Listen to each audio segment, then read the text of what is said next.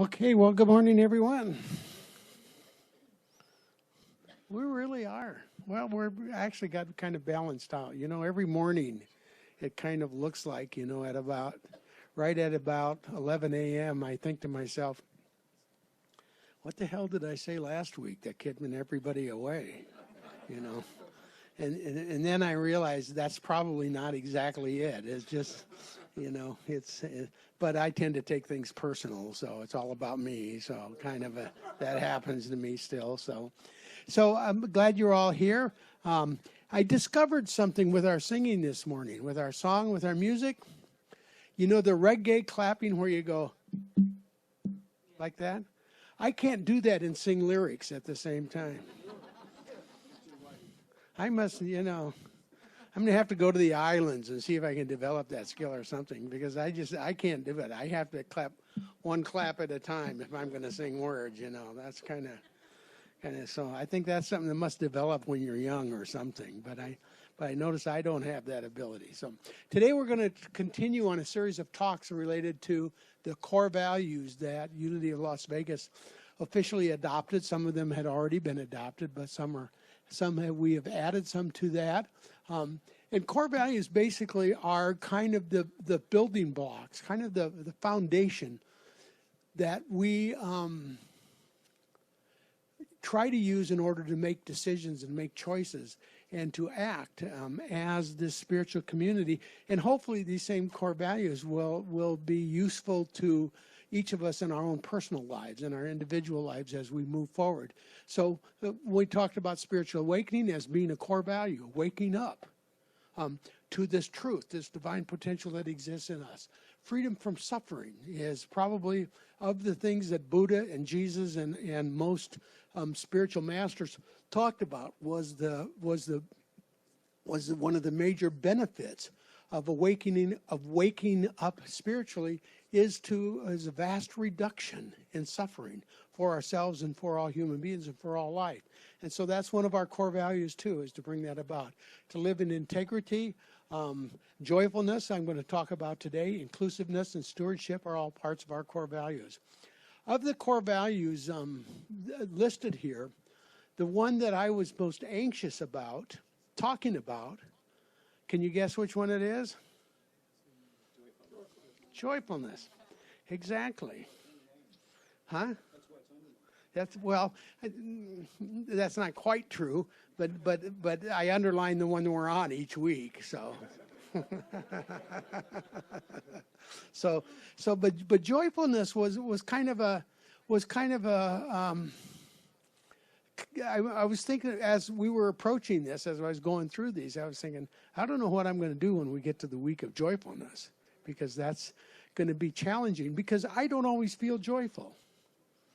And I'm thinking if it's a core value, you should at least be feeling it most of the time, you know. And I don't. I don't always feel joyful, at least in the way that I was understanding it. Because I have been in unity for a long time. And there have been, I don't know how to say this, but I've experienced people in unity who never act like they're anything other than extraordinarily joyful. And it just kind of pisses me off. You know, I mean, I'm not like that, and I'm the minister, but, you know, what's that about? You know, and so I've always kind of had a little difficult with it and thinking that I'm supposed to be like that. And I'm not like that. I'm just not able to have that experience. And so when I was working on, you know, doing my preparation for this talk this morning, that was a concern of mine. And I think that the concern, and I've always known there's an answer to it too, because what I had made a number of years ago, a decision that I'm not going to act different than who I am. And if I'm not feeling joyful, I'm not going to try to put on an act in order to try to represent a state of mind that looks like I'm just ecstatically happy all the time, because that's just not true. But what I have discovered is you don't have to be ecstatically happy all the time in order to experience joy in the context that we're talking about it as a core value, as a spiritual value and a spiritual principle. So, but joyfully embracing life is kind of what my lesson is going to be about this morning. And I'd like to talk about it from a couple different perspectives. One is the perspective of the difference, because this is something I had to explore, the difference between happiness and joyfulness, and that there are two different things. And so for the purpose of this talk this morning, I'd like to just kind of approach it from that perspective. Happiness is understood as caused by something outside of you. Therefore, it is dependent on circumstances. Can you kind of relate to that? We had this morning at the earlier service, we had a couple of friends of mine, or people that I knew from when I was the minister at Omaha. So, and Jeff is, from Omaha too. So in Las Vegas, this doesn't ever happen in the other churches I go as a transitional minister. Usually people don't show up from previous ministries. But that doesn't happen in Las Vegas. They all show up, So, and I think there, because Las Vegas is a place that you go on vacation and these kinds of things. And they were saying this morning that they were here and they were playing a little poker. They like to play poker. I like to play a little poker once in a while too. And I think about that. One of the things I discovered a long time ago in the early part of my poker career was that the intensity of the emotions when you lose, the emotions are more intense than the happiness you get when you win. That occurred to me at one point in time, that's what happens. And I'm asking myself, then why the hell are you doing it? If that's really the case. Well, so the expectation was, well, just win more. It's a pretty simple answer, and then you'll be happier more of the time, kind of a thing. And that's kind of been the story of much of my life regarding the issue of happiness, and maybe in the context of joy, is outer circumstances. The circumstances that I'm experiencing in my life have been seen by me as the source. If I could get the right experiences, if I could get the right woman or the right job or the right amount of money or the right car or the right living conditions or whatever it is that was next, that was right, that I thought would result in happiness. And occasionally some of those things did happen. But occasionally also that those things don't last. And so my happiness was dependent upon outer circumstances. And one of the temptations in unity, I don't know if it's a temptation. One of the facts of unity is that the state of consciousness that you have actually does affect outer circumstances. Since I've been in unity, my outer circumstances have been better than when I was not in unity. And I'm happy about that. That's not a bad deal at all, But I'm not sure that's exactly why that happened to me, is because I was trying to make that happen. It's just a result, and I'm going to talk a little bit about why that is a result. But you can see, has anybody not ever had an experience where your sense of kind of happiness or the sense of fulfillment or whatever it is, what I really want, what's going to make me feel good is dependent upon the circumstances out here unfolding in the way that I would like them to unfold, that my spouse would just change and do what they're supposed to do or that kind of thing like that. Have you ever had that kind of experience? And then, I got married when I thought, that it was going to be different than it was. I told the story. I quit high school. I was a troubled kid, and I got out of high school and joined the Marine Corps. I thought being a Marine was going to be different than what it actually was, because what it turned out to be in about 5 minutes in the Marine Corps in boot camp, and I thought, I'm not sure I want to do this at all. This isn't exactly what I was looking for, kind of a thing like that. So happiness. So the idea being is that when our sense of happiness or joyfulness or whatever it is dependent on outside circumstances, it really will probably have significant amounts of time where it's going to be less than wonderful for us, and we'll be really disappointed in the experience of life. So So what the Buddha said was that the root of all suffering is attachment. So in the context of that is I think that what Buddhism was trying to teach and what the Buddha was trying to teach was the fact that when we are attached to these circumstances outside of us that we feel will make us happy, and maybe to some degree they do.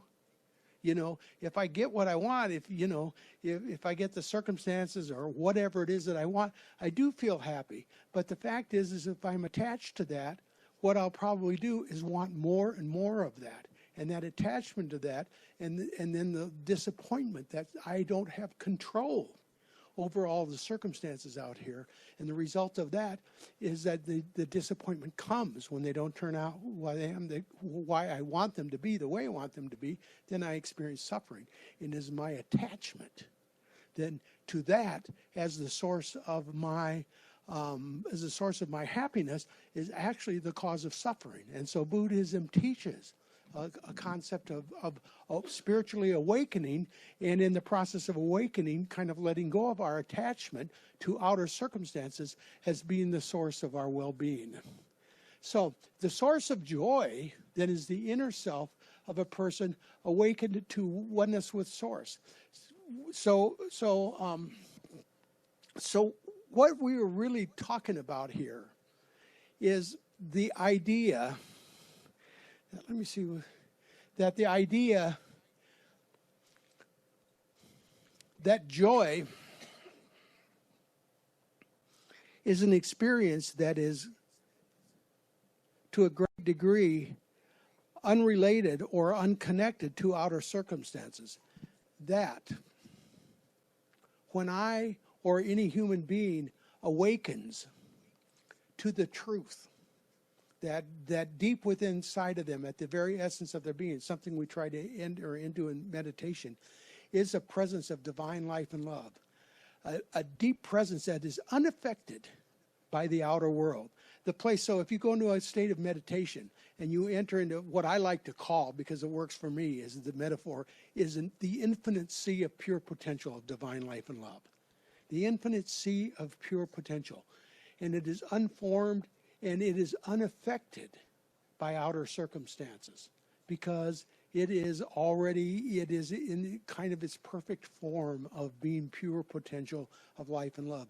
In that place, in that experience, the awareness of that, and the awareness that that is accessible at all times, during every time, brings to me an experience of joy that is unshakable. And I think that's what spiritual awakening is about. That's what we're called to do, is to have that. And it doesn't mean that the outer circumstances of my life are going to be what I want them to be, and may cause discomfort and all kinds of circumstances probably that I would not choose. It doesn't mean that that won't happen at all. But what it does mean is there is a reality inside of me that I have access to, and that I am slowly developing confidence and trust in, that it will allow me to be responsive to the unfolding stories of life in ways in which suffering is reduced. My suffering and the suffering of others is reduced. And in that sense, that awareness that's there, it is an experience of joy that is unshakable and is there all the time. One of the reasons it was so hard for me to think about doing this talk was that I've been a person that has had depression a lot of my life. I had a lot of it in my earlier stages, to some degree in my earlier stages as a minister in Unity, and particularly before I got in Unity even. But I was locked up or hospitalized for depression a number of times, medicated for it, and all those kinds of things. I eventually decided that I would never take medication for depression again. I decided that it was a spiritual problem. It was a problem of consciousness, and that I was going to resolve it either spiritually or I was going to die from not resolving it, because I tried that a couple times, and got very close to that. I'm not recommending that everybody does that, but it is what worked for me because it got me on the other side of it. I still occasionally feel depressed, but I used to feel depressed for 6 years at a time. And then it went to 6 months. And now it's down to 6 hours. And sometimes only 6 minutes. But sometimes I get there, you know. But the one thing that happens when I'm there now, the one thing that happens is I know it is not the truth. There is a place inside of me, and that's what I think joy is about. A place inside of me in which when I say this too shall pass, I actually mean it. It's not just a statement somebody, my sponsor, told me that I'm supposed to say whenever I feel like crap, you know, because that's what I thought it was at first. It's actually a statement of truth. And in the context, in the experience of that statement of truth, this experience of joy, I think that Jesus was talking about, is something that I find inside of me. So joy is a gift from God, and that we open by choice. It is something that we have to actually choose. Because I don't know necessarily that it comes to us without choice. And that in the context of choosing it, what we are doing is through spiritual practices, aligning ourselves, our consciousness, and affirming that this presence of divine life and love, that which when is experienced only as joy. That's the way it's experienced. Affirming that is the truth, despite what I think and feel at any given moment. And that's kind of what unity has been about to me. And that's what the spiritual path has been about, is to go ahead and affirm that despite whether I feel that or not. And I have come to believe today that a lot of my emotions, particularly my negative ones, are not true. They're not the truth about reality. But they're a way that I'm experiencing that have to do with the way I was brought up and experiences I had in development, all of those kinds of things, my Enneagram type and everything. There's lots of things that I have learned about that affect that experience.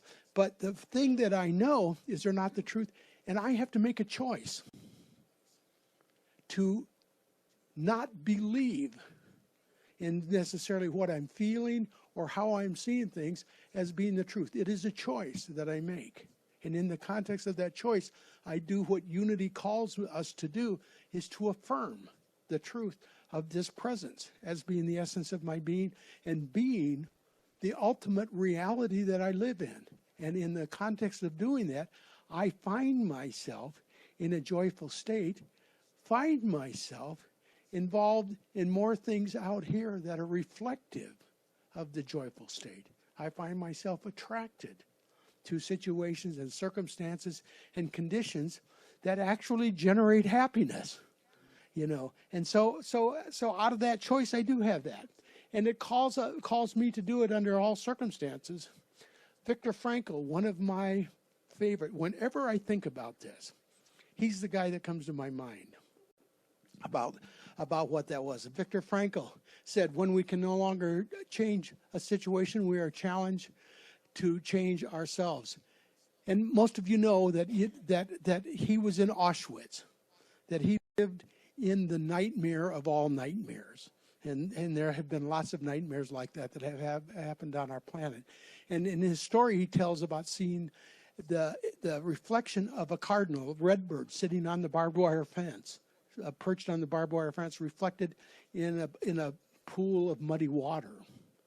And saw the beauty of that and made a decision in his mind to choose to believe in the truth that God, the presence of divine life and love, the presence of all that is good, is not missing. It is not expressed here, but it is not missing, and that it is always present, and it is present in my heart. That was the choice that he made. And he made the choice to not allow fear and hatred and resentment to dominate his state of mind. I don't know that I could do that. You know, I get pissed off at people on the freeway, you know, let alone somebody that's making gas chambers, you know, to kill people. So I'm not sure that I could do that. But I hold that as somebody who did the truth. And the result is that he ended up joyfully having a life in which he supported human beings in developing the awareness in which those kinds of nightmares would be reduced and maybe eventually eliminated from the human experience. And what he did is make a choice that the presence of joy, no matter what the outer circumstances, he could not have liked that. So what he was saying, and what I think this is calling us to, is to the idea that we can choose joy and must choose joy even in those times when we are experiencing things that are not the things that we would want to have happen to us or happen in our life. And by choosing that joy, we set ourselves into a frequency of energy, of the unfolding story of life that eventually will begin to express that joy as the ultimate story of who we are. So that's kind of what we're about.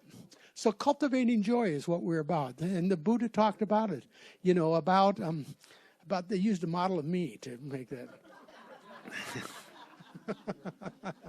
Except I got hair. That's the only difference in that.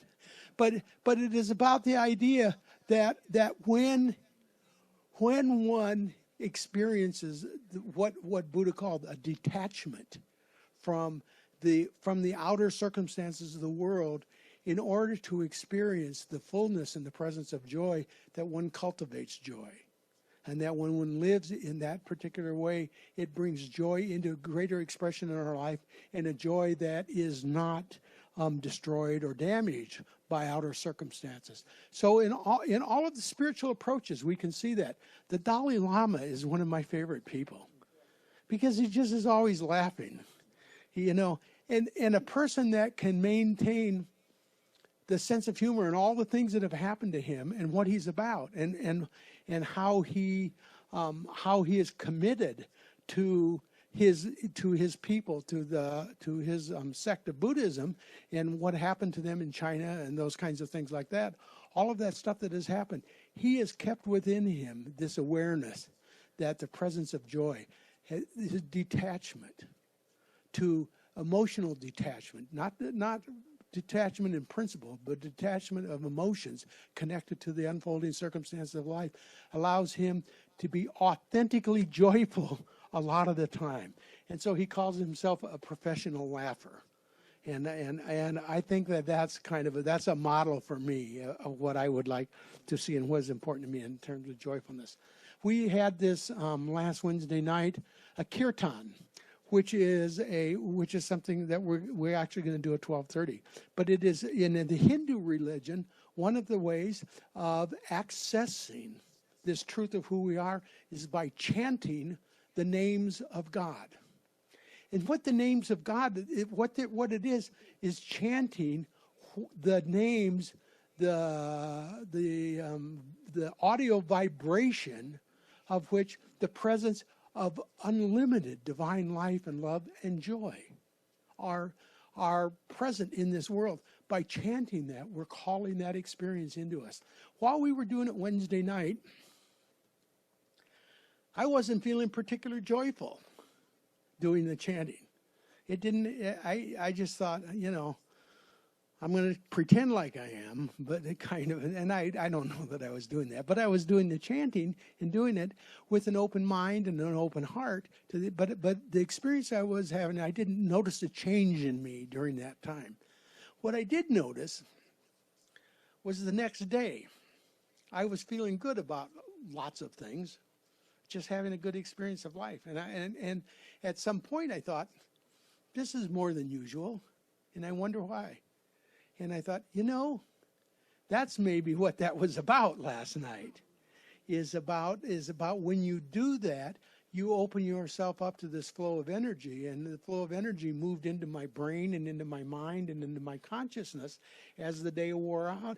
And then I began to directly relate it to the experience of chanting, because it was a joyful experience. I mean, it was fun, and it's kind of a neat experience. It's not, I've done some before. This one was more fun than most of my hand. We're going to do some of that today. This DVD that Lynn Lombardi, who's going to bring this for us, or has brought this DVD, is an award-winning video. And she's actually going to be here this afternoon with popcorn and lemonade too, by the way, which makes it for sure I'm coming. So, How about the rest of you? But we're going to do it, and she's going to lead us in the chanting and joining in the chanting part of the DVD. So you'll have a really great experience if you're interested in doing this.